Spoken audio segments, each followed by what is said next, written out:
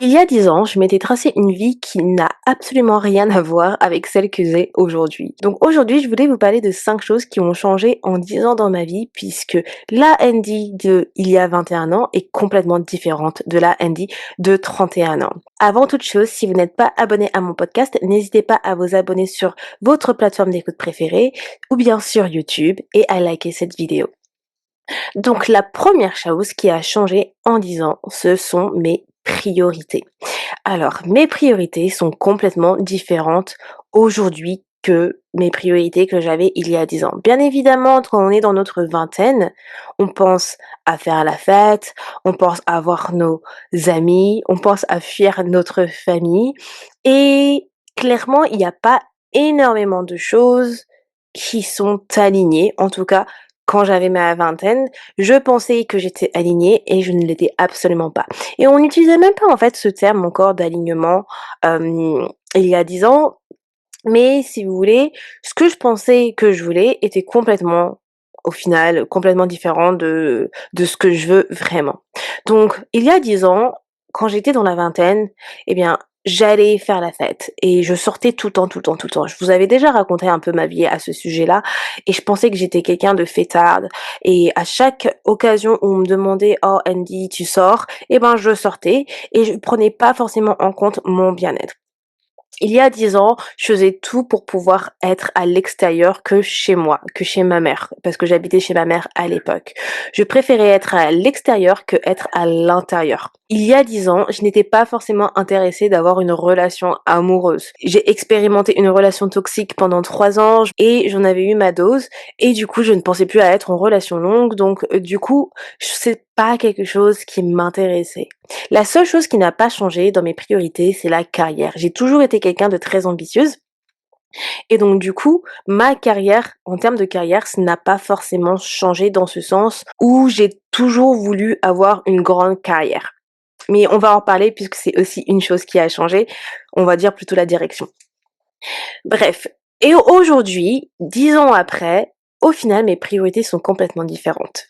Alors, avant où j'aimais faire la fête, ce n'est absolument plus le cas aujourd'hui. Je préfère être à la maison que sortir faire la fête. Je suis pas du tout une fêtarde. J'ai appris à me connaître et je me suis dit, ok, en fait, Andy, c'est pas pour toi. Je suis très overwhelmed maintenant à l'heure actuelle où quand je suis à l'extérieur avec trop de monde, j'adore ma solitude, j'aime être seule avec moi-même.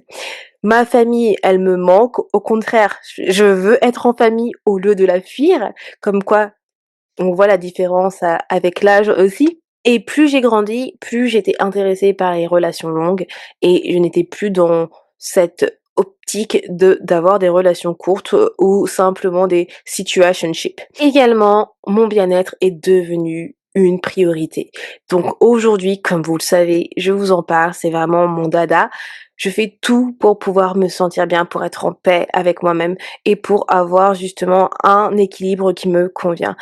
Donc mes priorités ont vraiment changé il y a 10 ans. La deuxième chose qui a changé il y a 10 ans, c'est mes amitiés. Donc je vous en parle encore une fois. Quand j'ai emménagé en Angleterre, eh bien j'ai bien vu mon cercle d'amis diminuer. Et ça a été un bien pour un mal au final, puisque j'ai pu voir complètement quels sont les amis qui comptaient vraiment et qui faisaient l'effort pour pouvoir garder cette relation avec moi. Et il y a 10 ans, j'avais un cercle d'amis, je dirais pas énorme, mais clairement, j'avais beaucoup plus d'amis qu'aujourd'hui, alors qu'aujourd'hui, je peux compter mes vrais amis sur, du coup, une main, clairement. Alors qu'il y a 10 ans, j'avais beaucoup d'amis et quand je dis d'amis, c'était vraiment des amis proches et certaines amies proches qui ne le sont plus aujourd'hui, des amis avec qui je restais en contact, mais où je faisais beaucoup plus d'efforts que ces amis-là. Et en fait, maintenant, aujourd'hui, 10 ans après, j'ai pu vraiment voir qui sont mes vrais amis et quels sont les amis qui sont toujours restés près de moi, qui ont toujours conservé cette amitié, qui ont autant fait l'effort que moi j'ai fait l'effort pour conserver notre amitié après 10 ans. Et ça fait toute la différence. Ça m'a tellement permis de comprendre où je veux mettre mon temps, mon énergie et pour qui. La troisième chose qui a changé dans ma vie il y a 10 ans, c'est ma relation avec l'homme.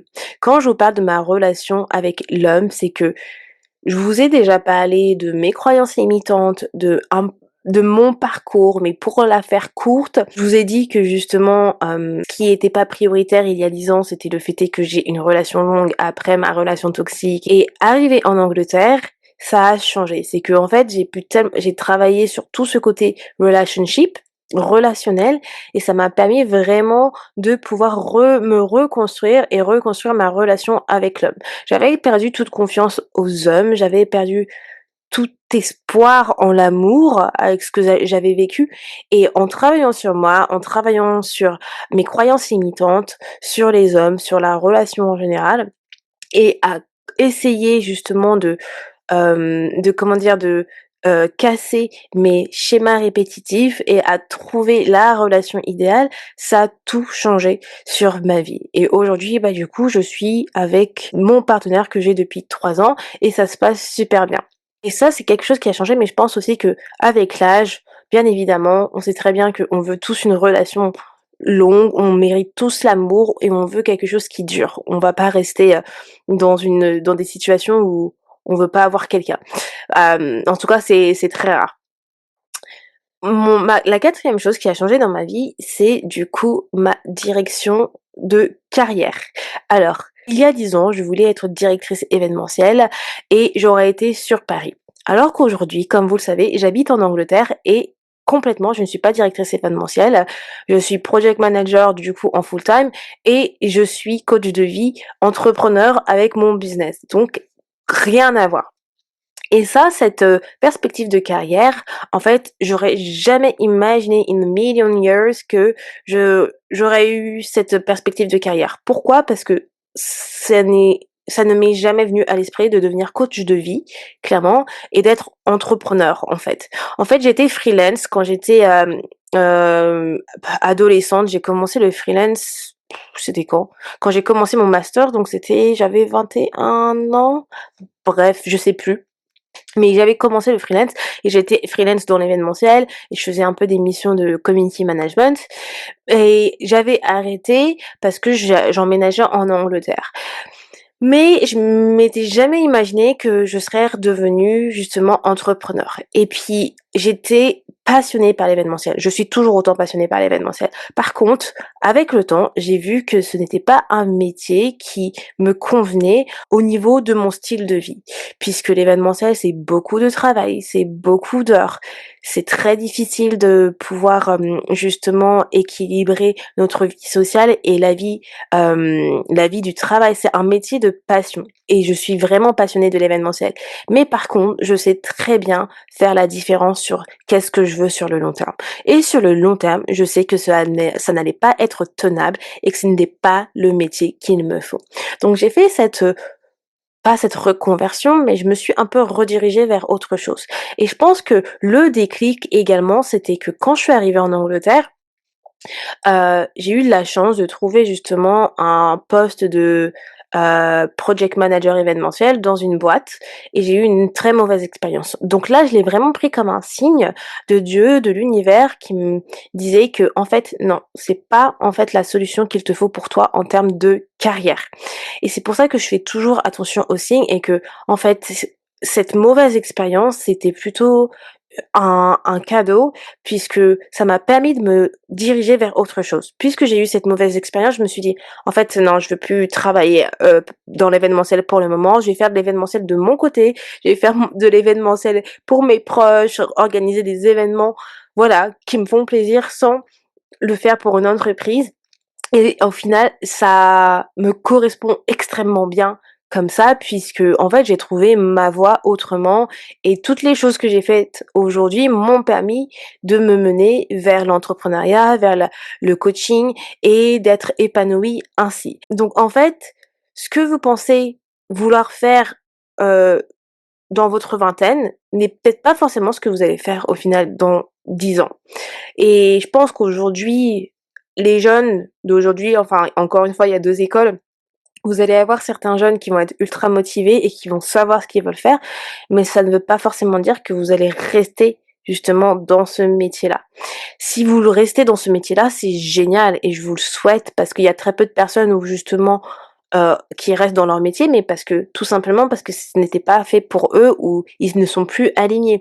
Et mon point là-dessus, c'est simplement de dire que il n'y a pas de problème à changer de direction, à se reconvertir. Parfois, on pense que c'est mal vu, mais en fait, non. Faites clairement ce que votre cœur vous dit. Donc, s'il y a quelque chose qui ne vous plaît plus et ou vous voyez qui, comme je disais, ne fonctionne plus dans l'épisode précédent parce que ce n'est plus aligné, et voir s'il n'y a pas de problème à changer de direction. Et mon dernier point, ma dernière chose qui a changé en 10 ans dans ma vie, c'est ma santé. Ma santé n'a rien à voir. Alors, sur plusieurs points en fait, dans le sens où il y a 10 ans, je ne savais absolument pas déjà dans un premier temps que j'avais l'endométriose. Et il y a 10 ans, ma santé n'était pas forcément quelque chose de ultra important. Alors, à part le fait est que où ma mère nous disait toujours de faire un bilan de santé tous les ans, d'aller toujours se checker chez le médecin, tout ça. Je faisais toujours mes check-up comme d'habitude, gynéco, et cetera. On sait, hein, les filles, hein, ce que c'est. Mais j'y accordais pas autant d'importance. J'y accordais pas autant d'importance autant que je le fais maintenant. C'est-à-dire que au niveau de mon sommeil, c'était pas forcément je m'en fichais de ne pas avoir un sommeil de qualité. Hem, Au niveau de ma nutrition, j'étais pas ouf dans la nutrition. Franchement, je mangeais n'importe comment. La seule chose que je gardais bien, c'était que j'étais très sportive et je suis toujours quelqu'un de très sportive et quand je parle de sportive, ça va être plus au niveau fitness. J'ai toujours adoré faire du sport et ça, c'est la seule chose que l'activité physique qui, en termes de santé, était bien. Et le premier pas que j'avais fait au niveau santé, je pense que il y a 10 ans, c'était déjà arrêter les sodas. J'ai arrêté les sodas et ça a été mon premier pas vers justement une meilleure santé. Et tout a basculé, quand je suis arrivée en Angleterre, parce que du coup, on mange pas pareil qu'en France. Voilà, il y avait pas de fromage, enfin il y a des fromages en Angleterre, mais vous savez, si vous venez en Angleterre, vous savez que c'est pas les fromages de France. On n'a pas la même sélection d'aliments qu'en France, donc du coup, ça a complètement chamboulé toute ma nutrition. Plutôt positivement du coup. Donc ma santé a extrêmement changé puisqu'aujourd'hui je fais très attention à ce point-là. D'une part parce que j'ai l'endométriose et que je fais très attention à ce que je mange, pour mon endométriose, mais parce que tout simplement, c'est quelque chose à ne pas négliger en fait. Surtout en termes d'aliments. Et je pense qu'en fait, à notre niveau, on peut toujours faire changer les choses sur la manière qu'on mange, sur regarder ce que l'on mange. Et je pense que une chose aussi qui m'a permis de m'améliorer en termes de santé, c'est d'être avec Jay, puisque Jay, c'est quelqu'un qui s'y connaît extrêmement en nutrition et il m'a appris des choses que je n'aurais jamais appris si on n'avait pas été en couple. Donc ma santé a complètement changé entre ma vingtaine et ma trentaine et je me sens tellement plus en bonne santé aujourd'hui qu'il y a 10 ans.